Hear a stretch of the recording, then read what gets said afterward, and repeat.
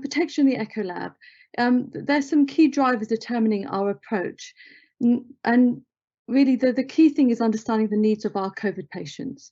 And really that's underpinned by this backdrop of the fact that this disease is highly contagious. And that in fact, in our opinion, the echo exam is an intimate exam. You're there for usually 20 minutes or so in a typical exam, maybe even longer. You're face to face with the patient, you're in continuous contact with the patient, and you're sharing the same breathing space. So with that thought in mind, the principles that we've come out with as to how we approach our patients is a three-step approach. First, assess the infection status. Secondly, clarify the indication for echo, and then thirdly, deliver the appropriate level of imaging. And I'll clarify each section as we go along. So step one, so the first is to risk stratify the patient, and we've used a traffic light system, so red, amber, green, but essentially risk stratify the patients into those that are category 1, so confirmed COVID, or category 2, suspected COVID, and those patients require full PPE. And I've written down what we feel is the right level of PPE in this setting, given the backdrop of our view on what an echo procedure entails. So category 3 are the COVID negative patients, and really this is all put in the backdrop of the patient presentation, their bloods, their serology, and also their imaging. Now, the patient of category 3, there's an extra bit of protection I think we need to build in here, because we can't test every patient, and you can't also test all your staff. So we have a questionnaire to really help us understand whether we think there is a real risk that this patient could be a carrier. Have they been exposed in the recent couple of weeks? So we'll ask specific questions like, does the patient have a cough, a fever, or have they been in contact with anyone with those symptoms, or indeed COVID positive in the last 2 weeks?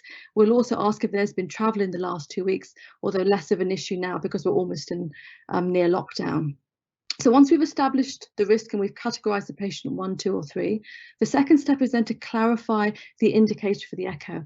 Now, our bar for performing echo has changed in this setting, given that this is a highly contagious disease.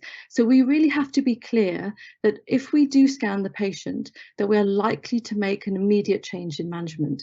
And really thinking about that broadly, I've listed the type of scenarios that we may be coming across.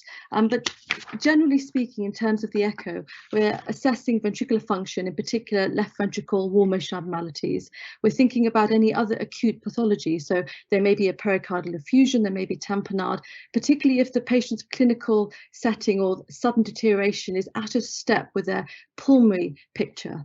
Other pathologies, such as acute right heart pathology, such as PE or aortic dissection. So they're the kind of things we're looking to specifically focus and clarify, and they would be the reasons that if we found something positive like that, it would change and inform further management. And then step 3 would be then delivering the imaging, and really that's built around the personnel, it's built around the location, and then also the devices that we'll use to image with. And I've listed them here, but I'm just going to highlight a few steps.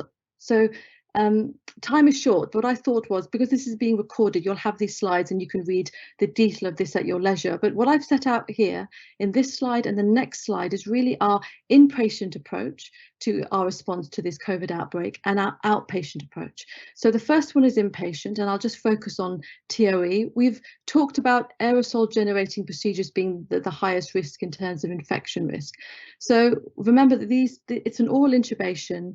We are the patient's coughing, gagging, and we're suctioning. So we have to ensure there's a good reason to do the investigation. And so the first question is, are there other alternatives that we can use? Is there previous imaging on the patient? Do we have any transthoracics that have been done recently? Is perhaps another alternative imaging modality possible, like CT for LA appendage thrombus? If we then do the TOE, the key highlights here really are to say that we would use full PPE for all the staff. And then, of course, cleaning should be using the high disinfectant products. And we use Tristol wipes. So these are chlorine-based products, which are adequate in this setting. In terms of transthoracic echo for our category 1 and 2 patients, the issue here is movement, and we don't want to move infected patients to different areas. So we will go to the ward. The focus is around using easily portable devices, so these handheld ultrasound devices. We limit the scan to focus on the clinical question. So we will plan our scan, we'll take limited images, but make sure that it's still comprehensive and we don't need to go back. We won't measure at the time, we won't use ECG. And then the other key setting, other than the PPE that's already been discussed, and we've already said that in this setting we'd use full PPE, the issues around cleaning, but also wireless upload. So we've set up all our machines to be able to upload wirelessly all our images so that we can quickly review and report rapidly so that it's useful to the clinicians. And then category 3, those patients that are clean, they can go to our clean echo lab, which we are keeping clean throughout. And the issue that I would highlight here is this concept of segregating inpatient and outpatient scans within the lab, so you clearly keep everything as clean and as green as possible.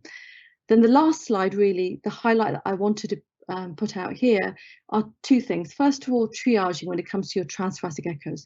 I've already discussed TOE, so I'll leave that to one side. But on the right of the slide, the triaging, the key thing here is we've looked at patients who definitely need a scan where we feel this will make an important clinical change at this time point. So everything else can be postponed essentially. So we've kept those on a list, and we'll rebook those when it's necessary. But for those clinically urgent patients, it's interesting because for our service, we're doing about 20,000 echoes across 3 sites and also community. Our patients that are typically the urgent ones are the oncology and those that are having urgent life-saving surgery. But all the rest can be postponed. And then the other key thing to think about on the outpatient setting is where you do these scans. Now, you want to do it in a green area. So only category 3 patients will come to the echo lab or to another site. But what we've tried to do is, rather than bringing them to a hospital site, we've moved them all to a coal site. So we're lucky enough to have community sites, and we're using those as our green sites for our category 3 urgent outpatients. So I hope that this has given you a very brief but quick overview of essentially how we are approaching this issue. And so I come back to the summary and the principles of our steps of assessing the patient status, clarifying indications, and then delivering appropriate level of imaging. Thank you.